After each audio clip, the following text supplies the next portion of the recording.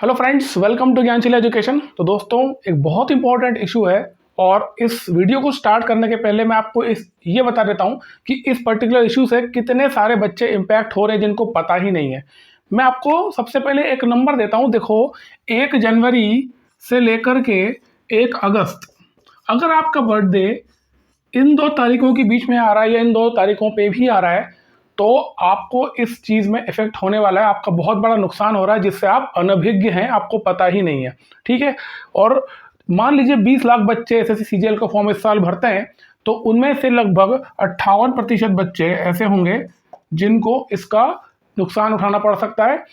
ये मान के चलो लगभग 12 लाख, जैसे अगर 20 लाख होते तो 12 लाख, जितना भी बच्चे फॉर्म भरेंगे उसमें से 58% बच्चे ऐसे होंगे जिनको इसका नुकसान उठाना पड़ सकता है। अब इस चीज़ को अच्छी तरह समझ लेना कि ये इशू क्या है, क्योंकि मैं देख रहा हूँ कि बहुत कम संख्या में बच्चे इस चीज़ के ऊपर बात कर रहे हैं और बहुत कम संख्या में लोग इसके ऊपर बात कर रहे हैं। सबसे पहले जिन टीचर्स ने, जिन यूट्यूबर्स ने इसके ऊपर इस इशू को उठाया, सभी को धन्यवाद देता हूँ। रेमो सर ने, हम बहुत टाइम से 3-4 दिन हमको हो गए थे, लेकिन रेमो सर ने कल एक वीडियो बनाया और इसके ऊपर बात करी और उन्हें अब शुरू हो रहा है, ट्विटर कैंपेन भी होगा 7 तारीख को, तो उसके ऊपर भी उसके लिए बहुत बहुत धन्यवाद सभी को। और ये इशू बहुत इंपॉर्टेंट है। सबसे पहले ना मैं आपको ये समझाना चाहता हूँ कि ये होता क्या है, ये वाला क्या है, ये जो है ना एज रेकनिंग, ये क्या होती है पहले ये समझ लो। देखो, ये समझना बहुत ज़रूरी है इसके पहले कि आप किसी चीज़ कंक्लूजन पे आ जाओ।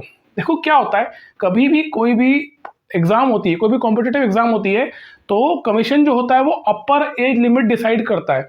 मतलब ये कि कमीशन ये कह रहा है कि अगर आपकी उम्र इससे ज़्यादा है तो हम आपको एग्ज़ाम में नहीं बैठने देंगे, ठीक है? तो कहने का मतलब ये हुआ कि मान लीजिए एसएससी की बात करें तो एसएससी में अपर एज लिमिट कितनी है, 30 साल है मैक्सिमम पोस्ट के लिए, ठीक है? तो एसएससी ये कह रहा है कि अगर आप 30 ईयर्स के कंप्लीट हो गए तो हम आपको एग्जाम में नहीं बैठने देंगे। लेकिन सवाल ये उठता है कि हम किस दिन माने कि 30 साल आप कंप्लीट कर रहे हैं, है ना? क्योंकि साल में 365 दिन होते हैं, तो ये कैसे पता चलेगा कि आपने इस तारीख को 30 साल कंप्लीट किए हैं? तो उसको कहते हैं एज रेकनिंग की डेट। वो एक तारीख होती है जो एसएससी डिसाइड करता है, उस एक डेट पे ये कैलकुलेट करा जाएगा कि इस तारीख को आप 30 के कंप्लीट हुए या 30 से कम है। अब समझना एक बात को कि एसएससी ने इस बार 1 अगस्त एज रेकनिंग की डेट रखी है। इसका मतलब ये हुआ कई सारे बच्चे ऐसे होंगे जिनका बर्थडे 1 जनवरी से 1 अगस्त के बीच में आता होगा और वो इस बीच में उनका बर्थडे आ रहा है और 1 अगस्त के पहले पहले वो 30 साल के कंप्लीट हो चुके हैं।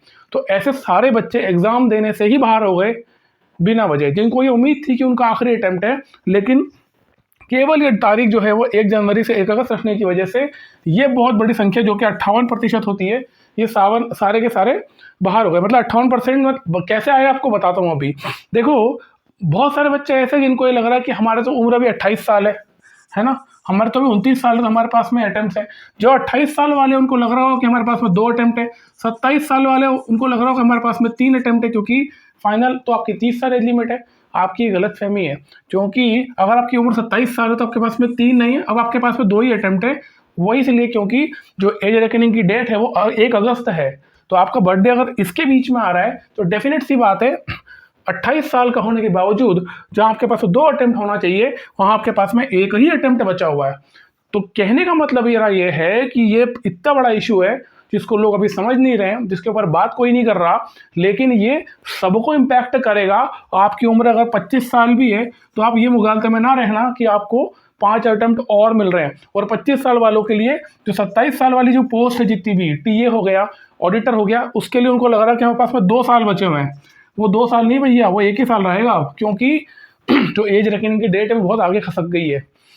ये होती है एज रेकनिंग, और इसमें बहुत बड़ी संख्या में बच्चे इम्पैक्ट हो रहे हैं और हर कोई हो रहा है बेसिकली। क्योंकि अगर आपको ये लगता है कि मेरे 5 अटेम्प्ट हैं तो वो 5 नहीं है, वो 4 हैं। अगर आपको ये लगता है कि मेरे 2 अटेम्प्ट बचे हुए हैं तो वो 2 नहीं है, वो 1 ही है, ठीक है ना? इसका मतलब ये हुआ अगर आप 28 साल के कंप्लीट हो तो आप ये मत सोच लेना कि आपके पास 2 अटेम्प्ट बचे हैं, आपका ये आखिरी अटेम्प्ट है और आपको जो करना है इसी साल करना है। समझ में आ रही है बात?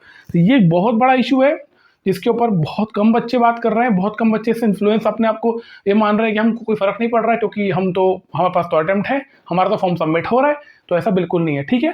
दूसरी बात यार ये कि पहली बार ऐसा हो रहा है एक्चुअली। अगर आप 2016 से, मेरे को जहाँ तक पता है, वहाँ से आप देखेंगे तो 16, 17, 18, 19, 20, 21, 22 हर सीजीएल में 1 जनवरी ही रखी जाती है ना? 1 जनवरी ही डेट रखी जाती है, 1 अगस्त नहीं रखी जाती है।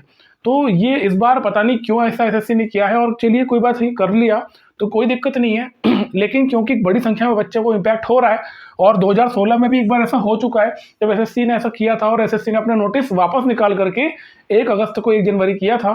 तो इस बार भी एसएससी को ये काम करना चाहिए कि जो भी एज रेकनिंग की डेट है उसको 1 अगस्त से हटा करके वो 1 जनवरी रखें, और जो एज आपकी काउंट हो वो 1 जनवरी से काउंट हो। ये एक इशू ऐसा है जिसमें बहुत कम बच्चे अभी दिख रहे हैं मुझे, ज़्यादा बच्चे होना चाहिए। तो मैं सभी से रिक्वेस्ट करूंगा, सभी टीचर्स से कहूंगा, जितने भी आप लोग हो सब इस इशू पे आएँ, इस पर बात करें, इस पर ट्वीट करें, इस पर आप वीडियो बनाएं, जिससे कि अवेयरनेस बढ़े। बच्चों को, बहुत सारे बच्चों जो तैयारी कर रहे होते हैं उनको भी इसके बारे में एग्जैक्टली पता नहीं होता है, क्योंकि मोस्टली तो आजकल कंट्रोवर्सी भी चल रही है, तो ज़्यादा दिमाग तो कंट्रोवर्सी में रहता है। तो ये अवेयरनेस फैलाने का काम अब कोई कर नहीं रहा है, कोई ऐसा नहीं कर रहा है कि हम समझाएं बच्चों को कि यार ये चीज़ क्या होती है, एज रेकनिंग क्या होती है, एजुकेशनल क्वालिफिकेशन कहाँ से काउंट हो रही है, इसके बारे में कोई बता ही नहीं रहा है अब, है ना। तो ये अवेयरनेस बहुत जरूरी है, और ये इशू बहुत इंपॉर्टेंट है क्योंकि इससे हर बच्चा इंपैक्ट हो रहा है। तो इसके लिए जो फाइनली 7 अप्रैल कल है, वो 7 अप्रैल को ट्विटर कैंपेन होगा, है ना। हैशटैग आपके सामने होगा ही, आप देख सकते हो सबको ट्विटर पे आना है और कोशिश करना है कि हम इस कैंपेन को करें। बट मैं आपको पहले भी बात बोल चुका हूँ फ्रेंड्स कि 3 तरीके से हम इस लड़ाई को लड़ रहे हैं। सबसे इंपॉर्टेंट इशू हमारा जो है वो है पीजी पोर्टल। आप एक चीज़ ध्यान रखो, देखो पहला पीजी पोर्टल है, दूसरा ईमेल करो एसएससी को उसके ऑफिशियल ईमेल आईडी पे, और तीसरा आपका ट्विटर पे आ रहा है।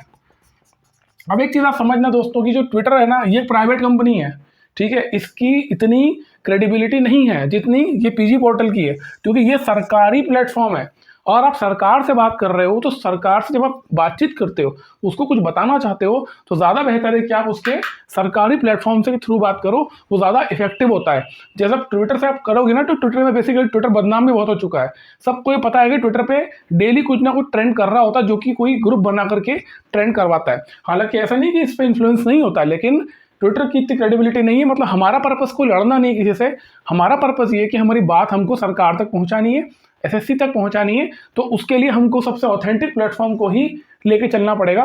तो पीजी पोर्टल सबसे इंपॉर्टेंट है। तो मेरे आपसे यही अनुरोध है, आप लोग जितने भी ग्रीवेंस डाल रहे हो डालो, आज भी डालो, कल भी डालना, लेकिन जो लोग बच्चे जिनको इसके बारे में नहीं पता है उनसे भी आप ये डलवाओ, ठीक है। और मेरी रिक्वेस्ट है उन सब बच्चों से कि इस वीडियो को ज़्यादा से ज़्यादा फैलाओ, क्योंकि मैंने अच्छी तरह समझा दिया आपको कि ये क्या है एज रेकनिंग का इशू, और ये कैसे हर बच्चा इससे इम्पैक्ट होने वाला है, चाहे आपकी उम्र 25 हो, 26, 27 हो, कोई भी उम्र हो।